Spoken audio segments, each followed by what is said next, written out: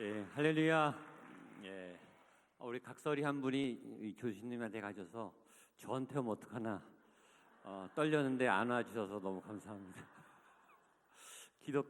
기독가는 역시 아이디어가 번뜩이고 또 아주 애교가 넘치는 우리 재치 있는 과 같고요.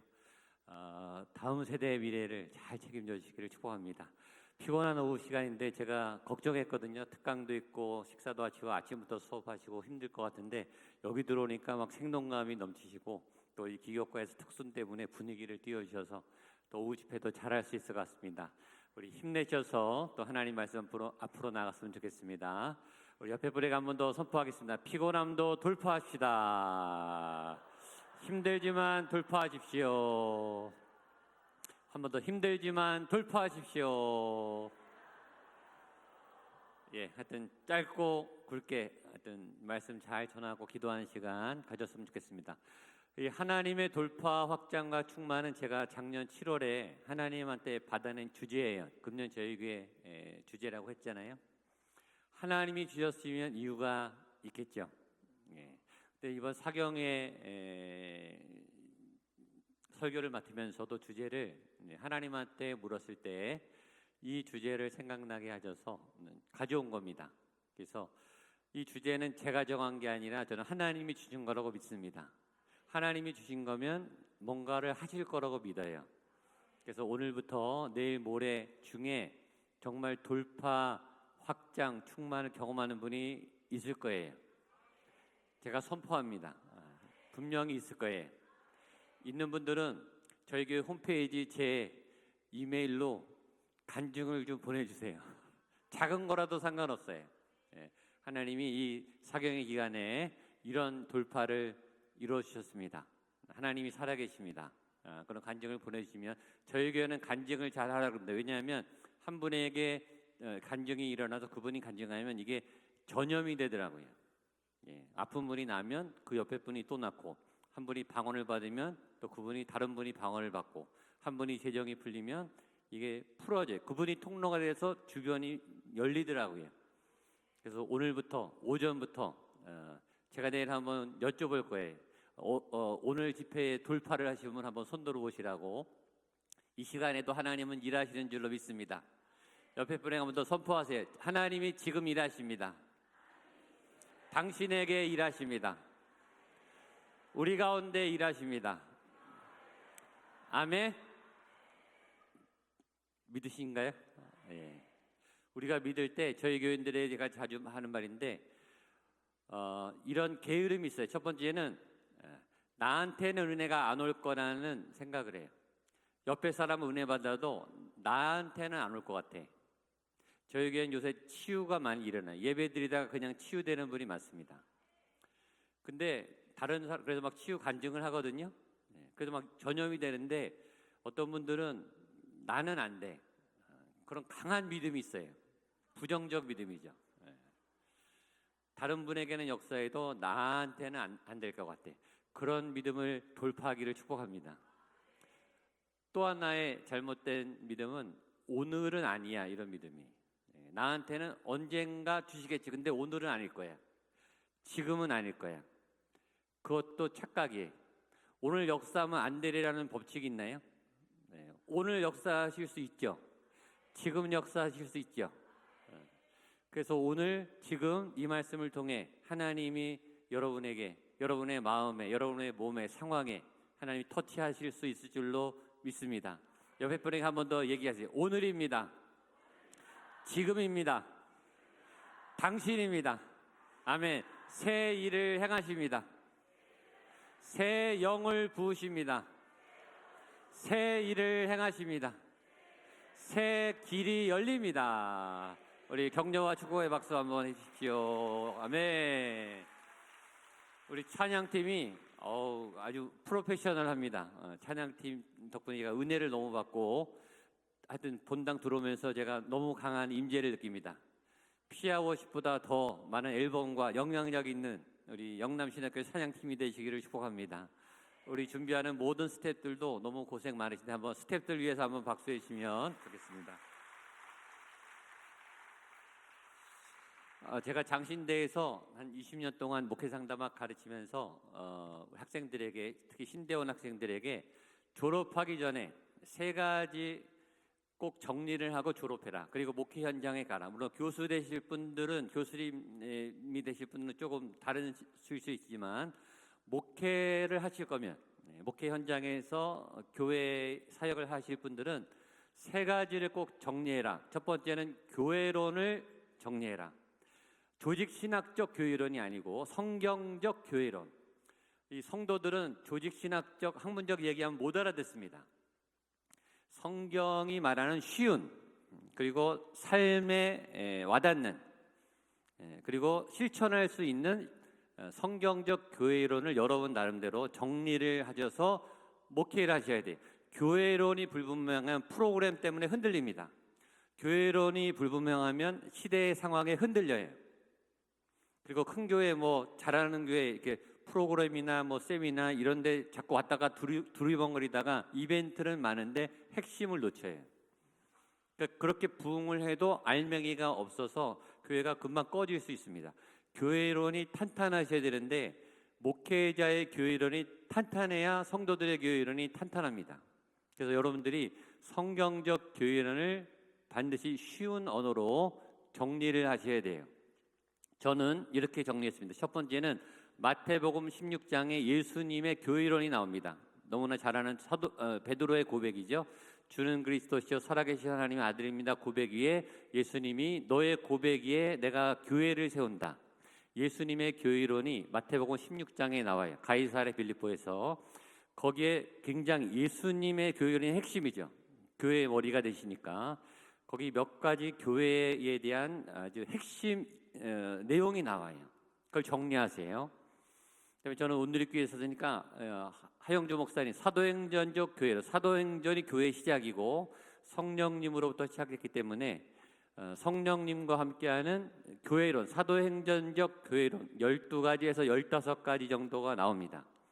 그걸 정리하셔야 돼요. 교회란 무엇인가? 교회란 누구인가? 교회란 어떤 생명체인가? 교회란 어떠한 영향을 끼치는가? 교회 안에는 이 뭐가 핵심인가? 세 번째는 에베소서가 교회론으로 꽉 차 있습니다. 특별히 1장과 6장에 강력한 교회론의 핵심 내용이 있습니다. 그 내용을 가지고 교회론을 정리하세요. 막 가슴이 뛰어요. 막 심장이 콩쾅거립니다. 거기 보면 교회처럼 강력한 게 없어요. 세상을 뒤집어 놓을 수 있는 디나미스, 강력한 다이나마이트 같은 능력이 있어요. 교회에. 마지막 저는 요한계시록 2장에 예수님이 소아시아 7교회를 향한 책망과 칭찬이 있습니다. 거기 안에도 보면 예수님의 교회론이 나오는 거죠. 칭찬하면 그 잘하는 것대로 하면 됩니다. 그렇죠? 책망한 거면 안 하면 되죠. 그렇죠? 소아시아 7교회를 향하신 예수님의 아주 직언, 칭찬도 바로 하시고 또 책망도 바로 하세요. 그래서 교회가 뭔지에 대한 그림이 그려집니다. 그 7교회를 연구하면 저는 이 4가지 성경 구절에 베이스를 해서 저 나름대로 저희 교회의 교회론을 정리를 했습니다. 그리고 교인들에게 거의 1년에 한 번씩 반복해서 가르쳐줍니다. 그리고 서로 말할 때마다 교회가 뭐냐 이렇게 말하게 해요. 가르칠 수 있어야 돼요. 성도들이, 성시도들이, 성도님들이 다른 사람에게 우리는 교회고 교회는 뭐다고 설명할 수 있어야 돼요. 귀찮아도 반복적으로 하셔야 돼요. 그래서 교회가 계속 살아있는 예수님의 생명 공동체로 숨 쉴 수 있도록 그걸 견고하게 세워놓고 목회 현장에 나가시면 좋겠습니다. 그런데 교회론을 정리하려면 반드시 인간 이해를 정리하셔야 됩니다. 인간론. 왜냐하면 교회는 사람이거든요. 예수를 믿는 생명 공동체가 교회거든요. 그러니까 교회를 아는데 인간을 모른다. 그건 말도 안 되는 거예요. 인간을 모르고 목회를 할 수가 없어요. 목회는 사람을 만나고 영혼을 만나는 거기 때문에 인간 안에 있는 죄와 상처, 가능성, 또 하나님의 계획, 비전, 소명, 부르심, 영, 육, 혼 이거를 정리를 안 하시면 안 돼요. 근데 의외로 조직신학도 중요하고 성서신학도 중요하고 기독교육도 중요한데 목회자들이 인간 이해가 약해요. 제 목회 상담은 영성하고도 많이 중복이 됩니다. 근데 이제 영성 파트는 이 영의 세계에 대해서 심도 있게 공부를 하시는데 인간 이해가 약해요. 저는 목회 상담을 했는데 목회 상담은 인간 이해는 강한데 이 영성 쪽이 약하더라고요. 같이 병행하셔야 돼요. 인간 이해는 여러분 자신을 보면 됩니다. 나에 대해서 공부해 본 적이 없어요, 우리가. 여러분의 성격, 여러분의 상처, 여러분의 아픔, 여러분의 재능, 제일 고민을 많이 하면서도 자기 이해가 의외로 부족합니다. 나는 왜 이 영역에 가면 무너지는가? 아는데 꼬꾸라져요. 어떤 분은 돈만 걸리면 걸려요. 어떤 분들은 학력 얘기만 나오면 발끈해요. 자기가 넘어지는 영역이 있어요. 아는데 이게 안 돼요. 자기 안에 이 깊은 상처와 이 섀도우 영역이 있기 때문에 자기를 이해해야 다른 사람을 이해합니다. 내 내면 깊이 제일 힘든 게 내가 내 상처를 보는 거 제일 힘듭니다. 내가 거울 보는 거 힘들어요. 내가 뭐 공연하든지 설교하든지 여러분 설교하시겠지만 자기 설교한 거 자기가 보는 게 제일 괴롭습니다. 잘한 거는 보기 좋은데 잘못한 거 보는 것처럼 괴로운 게 없어요. 그래서 자기의 어두운 영역을 보는 거가 굉장히 두렵습니다. 제가 상담학 박사과정을 공부하고 있을 때 온누리교회 갔는데 온누리교회에 정신분석학을 전공하신 연대 출신의 의사 전문의께서 저한테 찾아오셔서 목사님 상담을 공부하려면 목사님부터 상담받아야 됩니다. 제가 무료로 정신분석을 해드릴 테니까 저에게 상담을 받으세요. 그래서 그분에게 그때도 정신분석 상담받으려면 한 번에 15만 원이었어요. 근데 그분이 무료로 저에게 6개월을 해주셨어요. 정신과 의사에게 정신분석을 받으면서 제 아주 더럽고 아픈 구석구석까지 내려가 봤어요. 굉장히 아프더라고요. 굉장히 힘들어요. 근데 그 의사 앞에서 다 뱉어내야 되죠. 토해내야 돼요.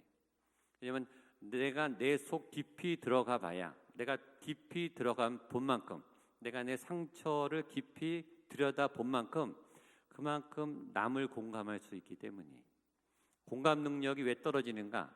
자기 이해가 부족하면 타인에 대한 공감 능력이 떨어집니다. 목회자가 타인에 대한 공감 능력이 떨어지면 목양이 겉돌아요. 설교가 공허합니다. 다 졸리는 설교든지 아니면 머리 지식을 채우는 설교가 돼요. 영혼을 때리고 가슴을 울리는 설교를 하려면 내 영혼에 수술을 해야 돼요. 여러분 상담을 받고 회복을 하셔야 돼요. 그래서 목회 상담이나 인간 이해에 대한 공부를 꼭 하시기를 바랍니다. 필수입니다. 선택이 아니에요. 요즘 우울증 환자, 강박증 환자, 불안증 환자 지금 천지입니다. 한국에. 여러분 신방하는 현장에 굉장히 많을 거예요. 아이들도 심각해요. 아이들도 보통 심각한 게 아니고 중고등부 아이들, 청년부 아이들, 자살 충동, 또 뭐 탈모, 강박증, 불안증 환자가 한둘이 아닙니다. 그걸 목회자가 못 다루면 상담소에 보낸다고 해결되는 게 아니에요. 정신과 약 먹는다고 해결되지 그건 증상만 해결할 뿐이에요. 목회적으로, 영적으로, 심리적으로 목회적 터치를 여러분들이 해줄 수 있으려면 공부를 하셔야 됩니다. 인간에 대해서 공부하셔야 되는데 굉장히 어렵습니다. 그래서 심리학적 인간 이해가 있고 성경적 인간 이해가 있는데 두 가지를 다 비교하셔서 왜냐하면 심리학적은 무신론적 인간 이해거든요. 네. 그러나 심리학적 인간 이해도 굉장히 아카데믹하게 발달이 잘 돼 있습니다. 그리고 성경적 인간 이해와 통하는 부분이 있어요. 그래서 그걸 잘 공부하셔서 인간에 대해서 잘 정리를 하셔야 됩니다. 세 번째는 신론입니다. 신론. 하나님, 예수님, 성령님. 왜냐? 인간이 하나님부터 나왔기 때문에, 그렇죠? 하나님의 형상으로 인간이 나왔기 때문에 인간을 알기 위해서는 하나님 이해가 필수예요. 당연하죠? 하나님을 모르고 인간을 이해할 수가 없어요.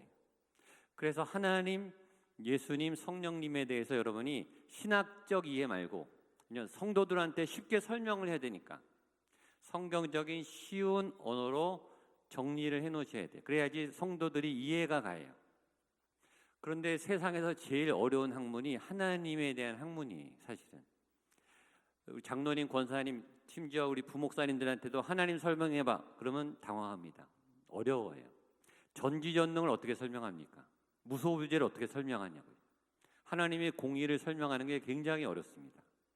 그거를 하여튼 쉽게 최대한 이해가 닿고 마음에 닿도록 정리하셔야 돼요. 예수님도 쉽지 않습니다. 예수님 얘기는 많이 하는데 예수님에 대해서 요약해서 설명해 보세요. 그러면 다 당황해요. 교역자들도 당황합니다. 그래서 항목을 정해서 예수님이면 이거. 예수님은 이러신 분. 성령님은 이러이러신 분. 정리를 정확하게 하셔야 돼요. 또 말씀 중심의 교회, 또 전통적인 교회는 성령님에 대해서 오해를 하고 성령 사역을 하면 이단이 아닌가. 그건 교회 반쪽인 거죠. 교회의 시작이 성령님인데 은사주의로 치우치는 거 아닌가. 순복음 계열이 아닌가. 너무 현상에 기이하는 기복적인 거 아닌가. 그래서 성령 사역을 안 해요, 교회가. 말씀 사역은 안전하니까. 그럼 반쪽 가지고 목회하는 거예요. 교회에는 성령의 역사가 있어야 됩니다. 성령의 은사가 나타나야 됩니다. 성령을 통해서 인격이 바뀌어야 돼요. 성령이 운행하시고 성령의 불길이 타올라야 돼요. 그 무기를 버리시면 안 돼요. 그냥 공예배 때 성령의 역사가 활발하게 일어나야 정상입니다. 말씀과 성령의 균형을 잡고 이렇게 날아가야 돼요. 그래야 사역이 다이나믹해지고 하나님이 운행하십니다. 성령론에 대해서 정리를 꼭 하셔야 돼요. 첫 번째 뭐라고요? 교회론. 두 번째 인간론. 세 번째 신론. 이걸 꼭 잘 이해하시고 오늘 말씀 내용이 연관이 있기 때문입니다. 미국에서 실제 일어났던 한 일인데 30대 청년이 결혼을 했습니다. 그리고 아이를 하나 낳고 얼마 안 돼서 이혼했습니다. 요새 뭐 이혼한 가정 워낙 많으니까. 근데 아이 양육권을 이 남자 형제가 갖게 됐습니다. 그러니까 30대 초반에 아이 딸린 이혼남이 된 거죠. 그러니까 결혼을 다시 하고 싶은데 결혼을 했다가 이제 이혼해서 너무 외롭고 양육하는데 어려우니까 이제 여자친구나 부인을 그렇게 원하는데 30대 초반에 아이 딸린 이혼남이니까 이렇게 쉽게 나서지를 못하는 거예요. 그래서 이렇게 교회 다니는 분입니다. 알아보다가 다른 교회 괜찮은 자매님하고 연결이 됐습니다. 그런데 자기가 이혼하고 아이가 있다는 사실이 컴플렉스니까 총각이라고 속이고 나갔습니다. 그 다 주변에 입 다물게 이딴 속을 하고 난 싱글이고 결혼하지 않았다라는 전제로 나갔는데 자매님이 너무 마음에 든 거예요. 대화도 잘 통하고 이게 사랑하게 됐습니다. 그래서 계속 여러 번 데이트를 하다가 마음에 이 자매님을 꼭 잡아야 되겠다. 결혼하고 싶다. 그러려면 진실을 얘기해야 되잖아요. 그렇죠? 그래서 내가 중요한 할 말이 있으니까 어느 날 어느 장소로 레스토랑에서 식사를 합시다. 그러니까 뭔가 이제 느낌이 있으니까 결혼 고백 겸해서 이제 자기 이혼 사실을 오픈하려고 나오라 그랬는데 이 자매님도 뭔가 이제 눈치를 챈 거죠. 프로포즈를 하려나 보다. 마음에 각오를 하고 나왔습니다. 식사를 맛있게 하고 이제 티타임을 하면서 드디어 숨겨왔던 진실을 이제 자매님에게 얘기하려고 내가 할 말이 있습니다. 라고 할 말을 딱 얘기하려고 하는데 여자 쪽에서 먼저 잠깐 내가 먼저 할 말이 있습니다. 근데 이제 다른 건 아니고 자기의 결혼에 대한 그림을 얘기하는 거예요. 자기는 어렸을 때부터 가정에 대한 소중함을 알고 있고 자기 남편에 될 사람은 가정에 대해서 참 가정적인 또 남편 자상한 아빠에 대한 그림이 있어서 그런 꿈을 키우고 싶다는 얘기를 이렇게 쫙 얘기를 하다가 중간에 이런 말을 하는 거예요. 그래서 나는 이혼한 분들을 경멸합니다. 어떻게 이렇게 못 참을 수가 있습니까? 견뎌야지. 어떻게든 신앙 안에서 끝까지 싸우더라도 하여튼 해결을 해야지.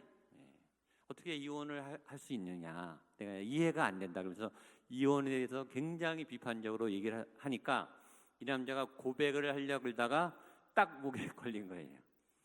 그날 얘기를 못했습니다. 넘어갔어요. 그냥. 그 다음에도 몇 번이고 고백을 하려고 하다가 이 목구멍에 나오질 않는 거예요. 그리고 헤어질라 그랬어요. 자기가 거짓말을 한 게 되니까. 근데 몇 번 헤어져 봤는데 도저히 또 못 참겠는 거예요. 이 여인을 놓치면 안 될 것 같은 그런 마음에 이런 방법을 취합니다. 아이를 보육원으로 보내요.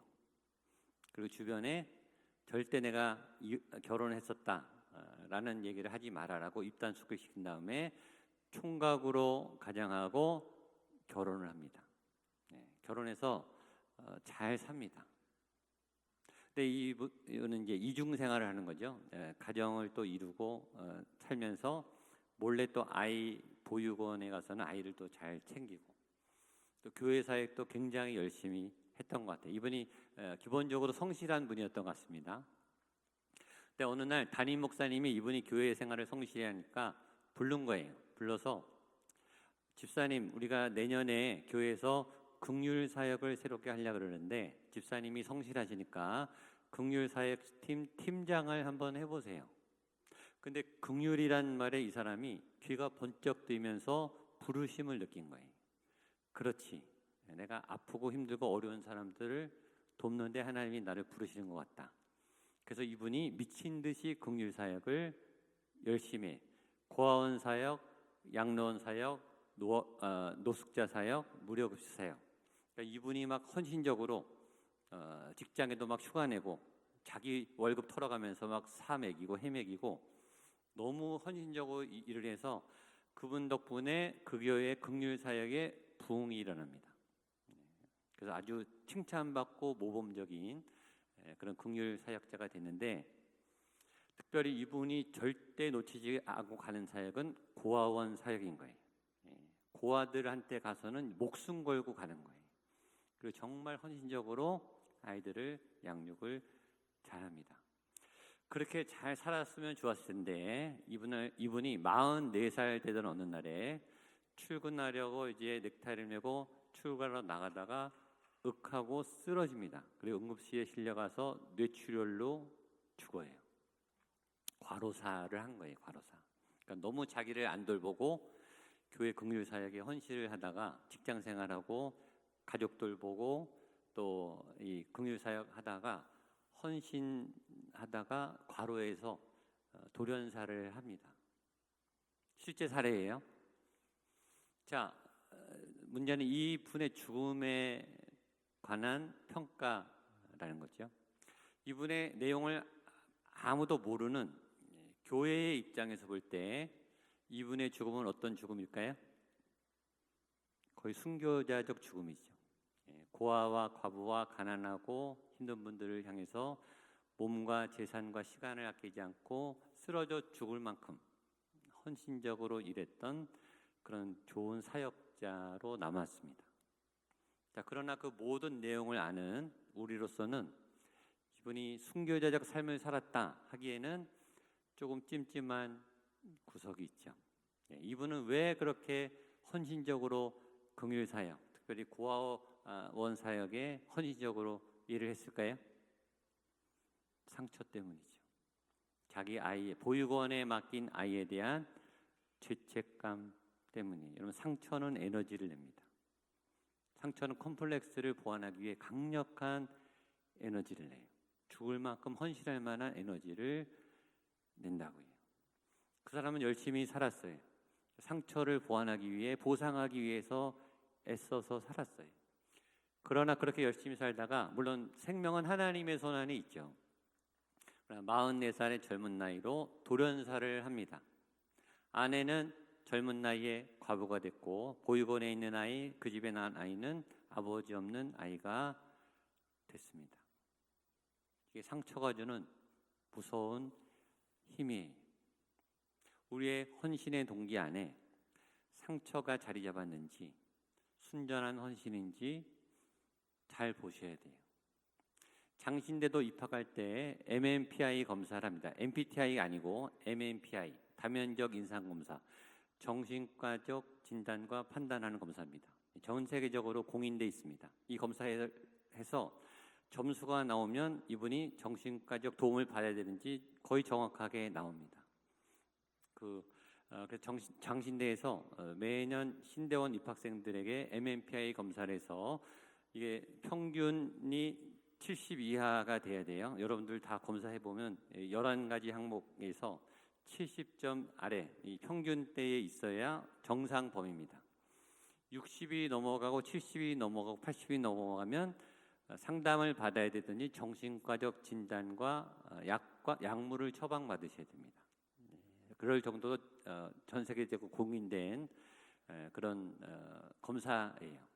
근데 일반 대학에서 검사를 할 때 전체 학생 대비 이 70점, 80점을 넘어가는 이상 정신과적 도움을 필요로 하는 학생 비율이 있을 거 아니에요? 신학생, 장신대에서 전체 학생 대비 평균을 넘어가는 비율이 있을 수 있죠. 그렇죠? 일반 대학하고 이게 논문으로 확인된 건 아니지만 제가 이렇게 살펴볼 때 신학교의 비율이 조금 높게 나옵니다. 하나님 앞에 헌신하는 신학생 중에서 약간 이 정신과적 좀 도움을 받아야 될 그런 분들이 좀 더 있는 듯한 경향을 보입니다. 신학생뿐만 아니라 이런 직업군이 있어요. 의사, 간호사, 교사, 복지사, 선교사, 목사. 다시 한번요. 의사, 간호사, 사회복지사, 상담사, 선교사, 목사 등등. 이분들의 직업에 공통점이 있습니다. 헬퍼예요. 헬퍼. 누구를 도와주는 게 직업인 분. 누구를 도와줘서 그 사람이 살아나고 그 사람이 도움을 얻는 거를 위로를 얻고 보람으로 느끼는 그런 헬퍼들 안에 이런 경향이 나타날 가능성이 있다. 그 사람들이 다 문제인가? 그렇지 않아요. 그분들이 치료의 과정을 거치고 자기 회복의 과정을 거치면 굉장한 사역자가 됩니다. 자기의 고난을 돌파했기 때문에 힘들고 아픈 분들을 보면 긍휼의 마음이 있고 고난을 겪은 만큼 그들을 도와줄 에너지로 힘을 줄 수 있어요. 그래서 굉장한 사역자가 됩니다. 상처가 없는 사람이 없죠. 아픔이 없는 사람이 없잖아요. 그래서 잘 치료와 회복의 과정을 거쳐서 건강해지면 그분은 굉장히 훌륭한 사역자가 됩니다. 여러분들이 가급적 누구든지 저희 아이들도 다 상담을 받게 했습니다. 아이들 때 제가 해봐서 너무 좋았기 때문에 상처 없는 사람이 없기 때문에 여러분 꼭 개인적으로 상담을 적어도 10회에서 20회 이상 받아보고 자기를 점검하고 또 자기의 컴플렉스를 극복하고 치료하는 과정을 경험해 보셨으면 좋겠습니다. 그런데 만약 그렇지 않고 그렇게 사역자가 되면 무슨 일이 생기냐면 두 가지 제가 보니까 증상이 나와요. 하나는 과정 가운데 탁월합니다. 의사 같은 경우는 레지던트 인턴 때 탁월해요. 아까 말했죠. 상처가 에너지를 내요. 공부 잘하는 분들 있잖아요. 공부 잘하고 아주 천재성이 있는 분. 제가 자주 말하지만 이 평균보다 뛰어나신 분. 저는 그렇게 말해요. 정상 범위는 아니다. 뭔가 컴플렉스가 있는 분들이 아주 기발한 에너지를 내더라고요. 다 그런 건 아니지만 어떤 상처가 기반이 되고 분노가 기반이 되고 어떤 원한이 기반이 된 분은 막 목숨 걸고 뭘 하더라고요. 그렇게 되면 과정 가운데는 탁월함을 보입니다. 그런데 목적지에 가면 터집니다. 목적을 이루고 난 다음에 터져요. 그러니까 의사 같은 경우는 원장님 되면 사고 납니다. 레지던트 인턴 때는 탁월하게 올라갑니다. 담임 목사님 경우는 부목사 시절엔 탁월해요. 전도사 시절엔 탁월해요. 여기 탁월하게 사역하시는 분들 계실 거예요. 조심하셔야 돼요. 담임 목사님 되거나 선교지 가면 터질 수 있습니다. 굉장히 조심하셔야 돼요. 이 내 안의 상처, 자기 점검을 하지 않고 사역 현장에 가면 굉장히 위험하세요. 그래서 여러분 신앙훈련하고 기도훈련 하시지만 인간적인, 인격적인 부분, 성품적인 부분, 내 컴플렉스, 또 내 트라우마, 또 내 여러 어려운 자리들을 상담을 받고 또 또 심리 치료를 받고 공부를 하고 영성 훈련을 해서 자기 상처를 회복하는 훈련을 꼭 하게 되시기를 제가 부탁을 드립니다. 오늘 성경은 이사야 40장인데요. 이사야는 두 파트나 세 파트로 분류하는데 보통 저는 두 파트로 분류합니다. 1장부터 39장까지, 40장부터 66장까지. 이사야는 66장으로 되어 있습니다. 성경이 66권이듯이 두 파트로 되어 있어요. 1장부터 39장, 구약이 39권, 40장부터 66장, 27장 구조가 똑같습니다. 그리고 내용도 파트 1, 1장부터 39장은 하나님의 공의, 심판, 진노, 굉장히 무서운 하나님의 심판과 하나님의 멸망에 대한 죄에 대한 경고가 들어있습니다. 마치 구약처럼. 근데 오늘 읽은 40장에는 분위기가 싹 바뀝니다. 메시아의 오심, 그리고 회복, 위로, 소망. 40장부터는 우리가 하나는 그 정말 보석 같은, 읽기만 해도 눈물이 나는 그 유명한 말씀들이 구절구절 나와 있습니다. 그래서 교회 위로나 소망을 주기를 원하시는 분들은 이사야 40장부터 말씀을 하시면 돼요. 그 이사야 40장 서두를 우리가 읽은 겁니다. 1절부터 9절까지. 그 위로와 소망, 메시아가 오시면서 오실 그 위로와 희망의 때를 기다리면서 소망을 가져라 라고 던지면서 하나님이 이사야에게, 이 시대의 리더들에게 세 가지 메시지를 던져요. 그것이 오늘 설교 제목이에요. 위로하라, 길을 내라, 선포하라. 이 세 가지입니다. 위로하라, 길을 내라, 선포하라. 이건 제 얘기가 아닙니다. 성경 말씀입니다.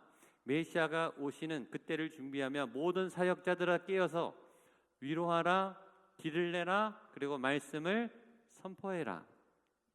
외우시면 돼요. 뭐 적을 게 없어요. 그냥 외우시면 돼요. 따라하세요. 위로하라, 길을 내라, 선포하라. 한 번 더. 위로하라, 길을 내라, 선포하라. 다 외우셨죠? 한 번 더 따라하세요. 위로하라, 내 백성을 위로하라. 길을 내라, 광야의 하나님의 길을 내라. 선포하라, 하나님의 말씀을 선포하라. 아멘. 다 외우셨죠? 뭐라고요? 위로하라, 길을 내라, 선포하라. 이 셋 중에 뭐가 제일 중요할까요? 선포하라가 제일 중요합니다. 말씀이니까. 하나님의 말씀이 생명이니까 선포가 중요해요. 선포가 제일 중요한데 왜 세 번째 나올까요? 제일 중요하니까. 그러면서 순서가 있는 거예요. 위로가 먼저예요.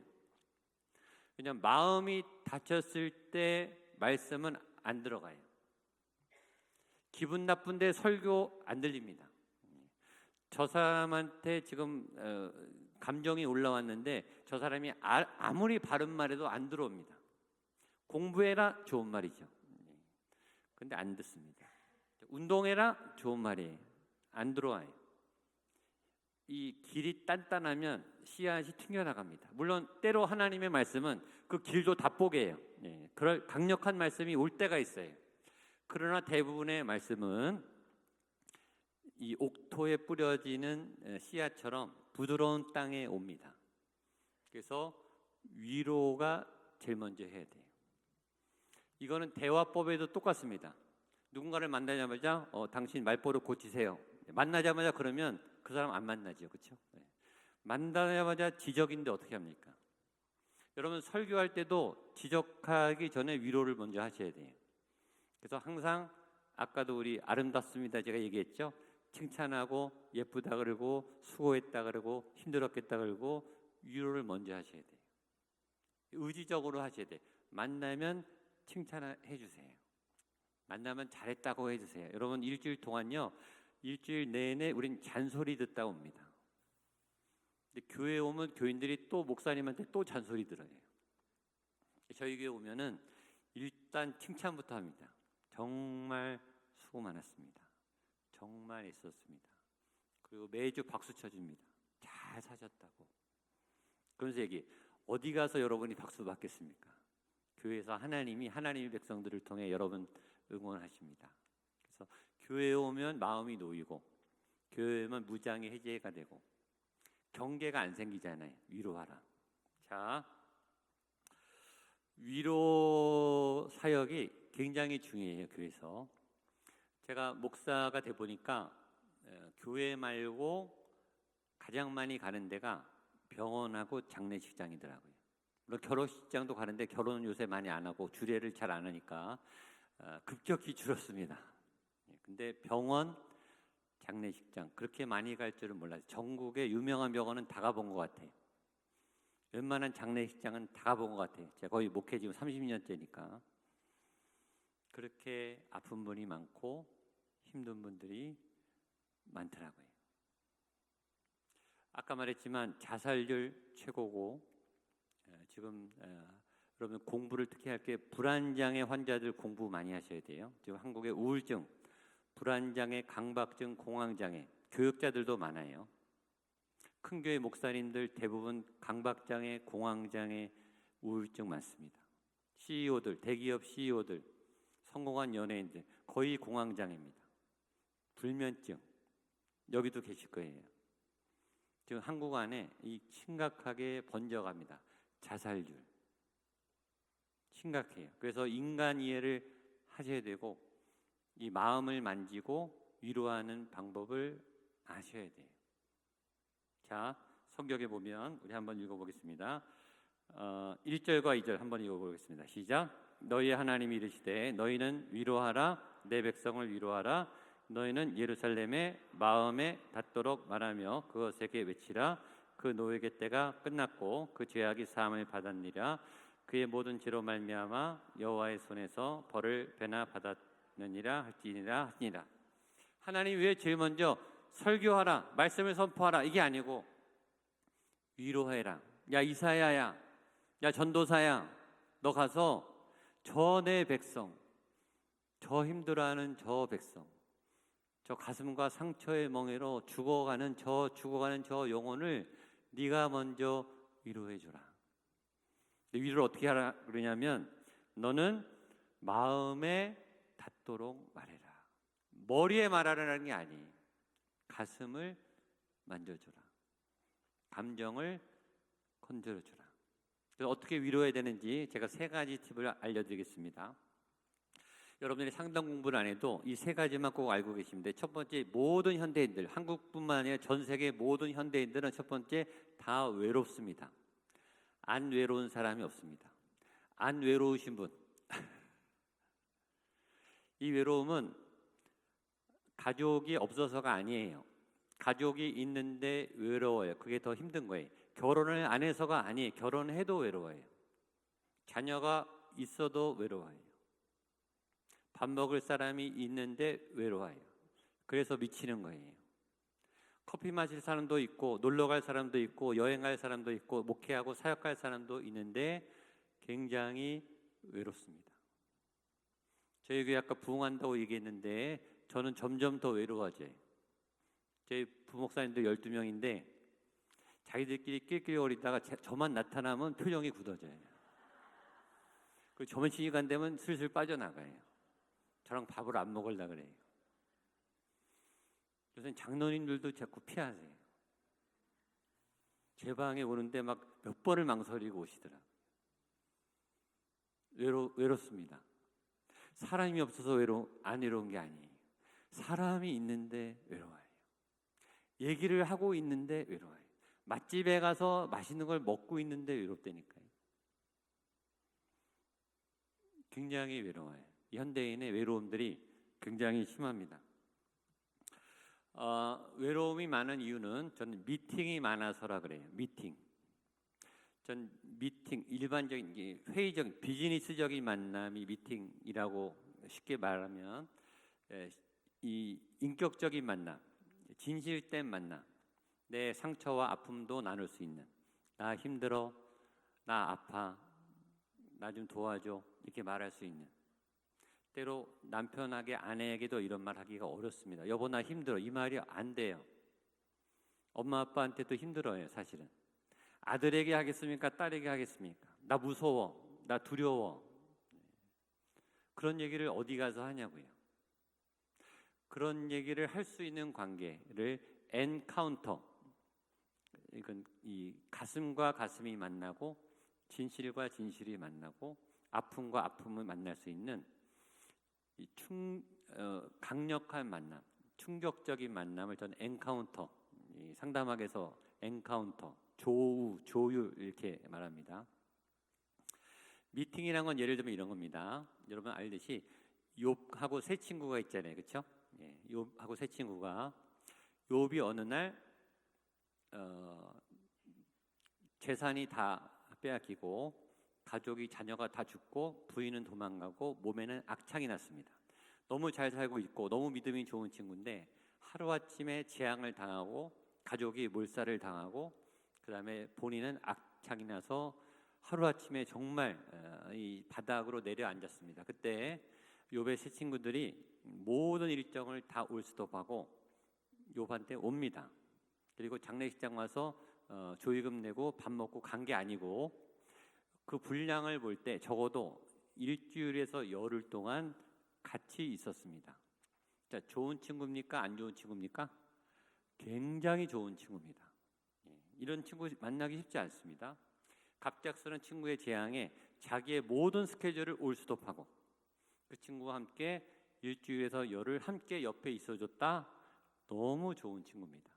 걱정해서 있었고 사랑하지 않으면 할 수 없는 행동입니다. 사랑하는 거예요. 욥을 아끼는 거예요. 욥을 걱정하는 거예요. 그리고 같이 있습니다. 그리고 밥도 같이 먹었겠죠. 그리고 수많은 대화를 하지 않습니까? 자, 두 관계가 사랑합니다. 같이 있습니다. 밥을 먹습니다. 수많은 대화를 합니다. 근데 이 둘의 관계는 평행선입니다. 대화가 됩니까?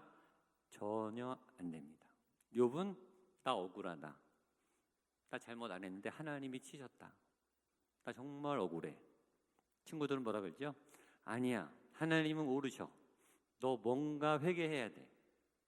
이 얘기를 계속하는 겁니다. 서로 절대 안 집니다. 평행선이면 좋은데 얘기할수록 상처가 심해지고 갈라집니다. 이게 미팅이에요. 사랑하고 밥도 먹고 얘기도 하나 평행선입니다. 부부가 같이 살아요. 사랑해요. 밥 먹어요. 재정도 공유해. 사역도 같이 해요. 그러나 대화가 안 되면 미팅입니다. 자녀도 같이 살죠? 저희 아들, 딸도 지금 대학생 지금 졸업하고 취업했는데 청소년기 때 집에 와서 방에 콱 문 닫고 들어가면요 말도 못 붙입니다. 제 아는데 시켜서 쟤 왜 저러는지 물어봐라 이렇게 물어보고 조심스럽고 그리고 한마디 꺼내기 전에 제 방 가서 혼자 하나님 오늘 아들하고 부딪히지 않게 해주세요라고 기도하고 가서 말을 겁니다. 그래도 이렇게 딱 부딪히더라고요. 사랑하는데 대화가 안 돼요. 보고 싶은데 이게 연결이 안 돼요. 현대인들은 미팅이 너무 많습니다. 미팅이. 교회 왔는데 하나님의 사랑 안에 예배하는데 구역 식구들 또 같은 목사님들, 전도사님들, 교수님들 만나요. 미팅은 아닙니까? 우리가 외로운 까닭은 미팅이 맞습니다. 엔카운터는 이런 겁니다. 엔카운터는 사도 바울이 다메섹 도상에 가다가 예수님을 만나지 않습니까? 예수님이 말합니다. 사울아 사울아 내가 왜 나를 핍박하느냐? 나는 내가 핍박하는 예수다. 사울도 받아치죠. 당신이 누구냐? 그 대화가요. 대화 양으로 보면 63장가 그렇습니다. 2분도 안 걸립니다.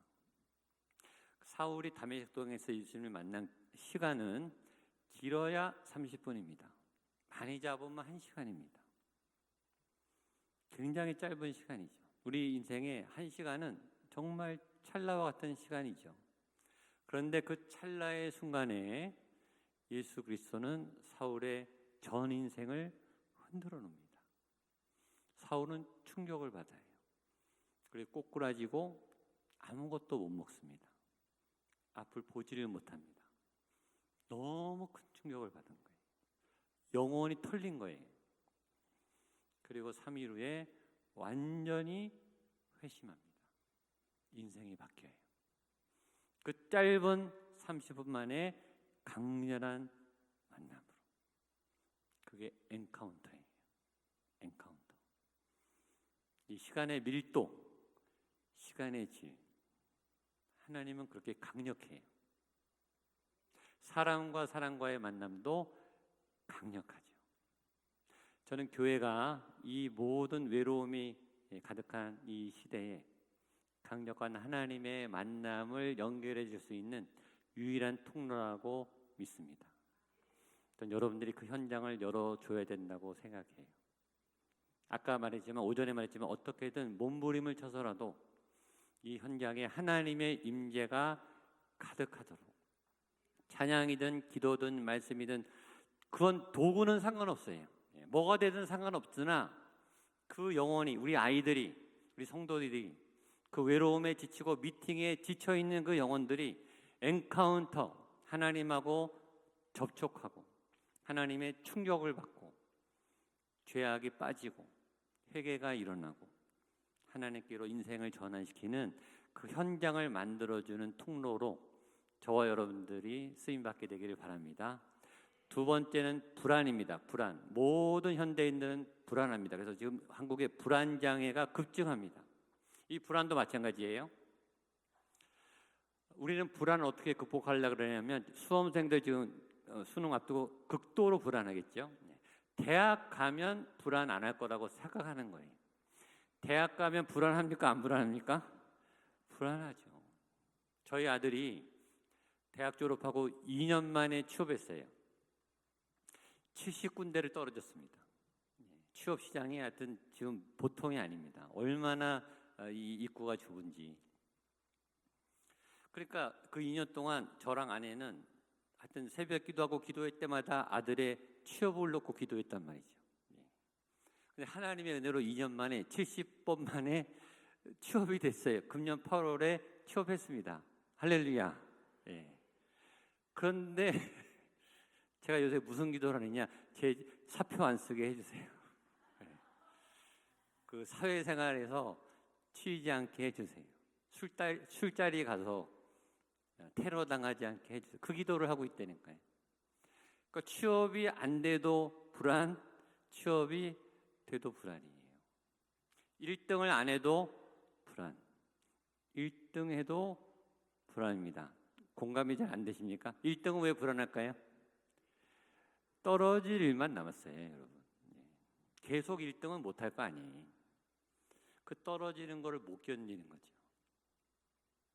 건강해도 불안, 건강 안 해도 불안합니다. 제가 친한 안수 집사님 한 분이 건강하셨는데 건강검진 받으러 갔다가 수면 위내시경하고 의료사고로 돌아가셨어요.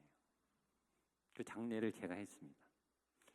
그러니까 건강검진도 겁나서 못 받으러 가겠더라고요. 그러니까 건강한데도 불안한 거예요. 건강검진에 정상이라고 나왔는데도 뭔가 불안하단 말이죠. 더 심각한 건 교회에서 여러분 사역하셔서 알겠지만 수련회 잘 끝났어요. 부흥했어요. 성과가 좋았어요. 잘 마쳤단 말이에요. 그래도 불안해요. 기도 제목이 이루어졌어요. 5년 만에 10년 만에 그 갈망했던 기도 제목이 이루어졌어요. 그러면 그 다음 또 다른 기도 제목이 기다리고 있어요. 오늘 은혜 받고 성령 충만하고 하나님의 기적을 경험하고 또 하나님의 역사를 봤는데 그 다음에도 또 불안합니다. 이 불안은 영적인 문제입니다. 상황이 해결된다고 해결되는 게 아닙니다. 여러분이 좋은 목회지로 간다고 해결되는 게 아닙니다. 전 부목사 때 담임 목사가 그렇게 되고 싶었어요. 담임 목사 되고서 계속 제가 그 누군가를 향해 욕하고 있어요. 왜 부목사 때 담임 목사가 이렇게 힘들다는 걸 왜 아무도 얘기 안 해주는 거야? 너무 힘들어요. 여러분, 부목사 때가 훨씬 편합니다. 상상할 수 없는 스트레스가 있습니다. 굉장히 어려워요. 그러니까 모든 영역이 불안한 거예요. 어떤 상황이 돼도 불안은 따라다닙니다. 샬롬은, 평안은 뭐냐면 상황이 해결돼서 오는 게 아닙니다. 샬롬은 이런 거예요. 돈이 없는데 잠이 잘 오는 거예요. 문제가 많은데 잠이 잘 오는 거예요. 걱정이 안 되는 거예요. 그 다음에 무뎌서 그런 게 아니에요. 왜냐하면 오늘 살게 하신 하나님이, 오늘 내 영혼을 지키신 하나님이 돈이 없지만 내일도 지켜주실 줄 믿으니까 잠이 오는 거예요. 그게 샬롬이에요. 샬롬. 은혜가 임할 때 샬롬이 오는 거예요. 그래서 예수 안에 불안이 이길 수 있을 줄로 믿습니다. 자, 마지막은 두려움입니다. 두려움, 공포증, 공황장애. 요새 공황 발작. 공황 발작은 이게 이 두려움이 급습을 하는 거예요. 그래서 발작처럼 일어나요. 그리고 심장이 막 벌렁거리고 이 몸에 반응이 없네. 신체 반응이 와요. 그러다 진짜 죽습니다. 응급약 없으면 죽습니다. 정말 심리적 쇼크가 몸의 증상으로 와서 실제 죽을 수 있습니다. 굉장히 위험합니다.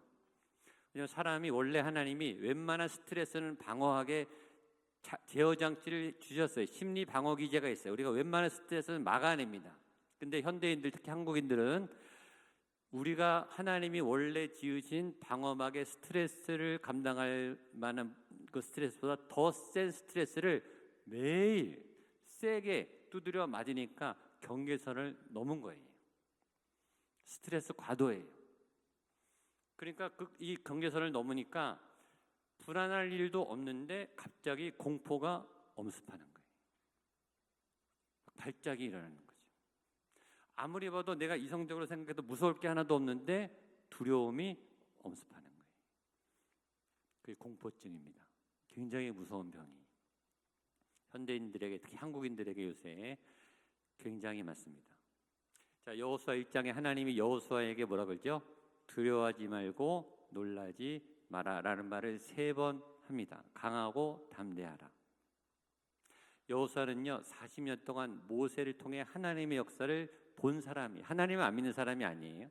하나님이 얼마나 강한지, 애굽을 박살을 내신 하나님을 믿는 사람이고, 모세와 함께 했던 그 강하고 능한 하나님의 역사를 옆에서 다 본 사람인데요, 그걸 아는데 자기가 리더가 되니까 벌벌벌 떨고 있는 거예요.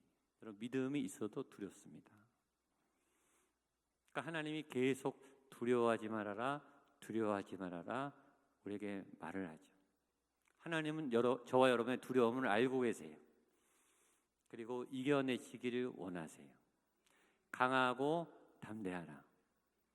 그 두려움과 싸우셔야 돼요. 여러분도 싸우시고 또 여러분들의 목회 현장에 두려움과 싸우시는 성도님들에게 격려를 주셨으면 좋겠습니다. 그래서 위로하라, 내 백성을 위로하라. 얼마나 불안하셨습니까? 얼마나 힘드셨습니까? 얼마나 외로우셨습니까? 이 3가지만 해결해주면 현대인들은 교회에 온다고 저는 생각해요. 왜냐하면 이걸 해결하려고 몸부림을 치거든요. 전 국민이 예능을 보고 정신과를 가고 심리상담을 하고 뭐 이상한 치료 방법을 뭐 다 동원해요. 거기에 답이 없어요. 위로하라, 내 백성을 위로하라. 하나님의 은혜가 임할 때 이 3가지가 해결될 줄로 믿습니다. 전 교회 안에 소망이 있다고 믿어요. 하나님 안에 소망이 있다고 믿어요. 하나님을 믿는 여러분들 안에 답이 있다고 믿습니다. 제일 먼저 하나님이 말한 거는 위로하라, 내 백성을 위로하라. 전 여러분들이 따뜻한 위로자가 되시기를 축복합니다. 그리고 여러분이 먼저 위로받는 믿음의 사람 되시기를 바랍니다. 시간이 다 돼서 길을 내라 말씀을 선포하라는 못할 것 같습니다. 내일은 다른 말씀해야 돼서 다음 기회에 다시 오면 제가 하겠습니다. 너무 중요한 말씀인데 제일 먼저 위로하라 말씀만 오늘 전하고 같이 기도하고 마칠까 합니다.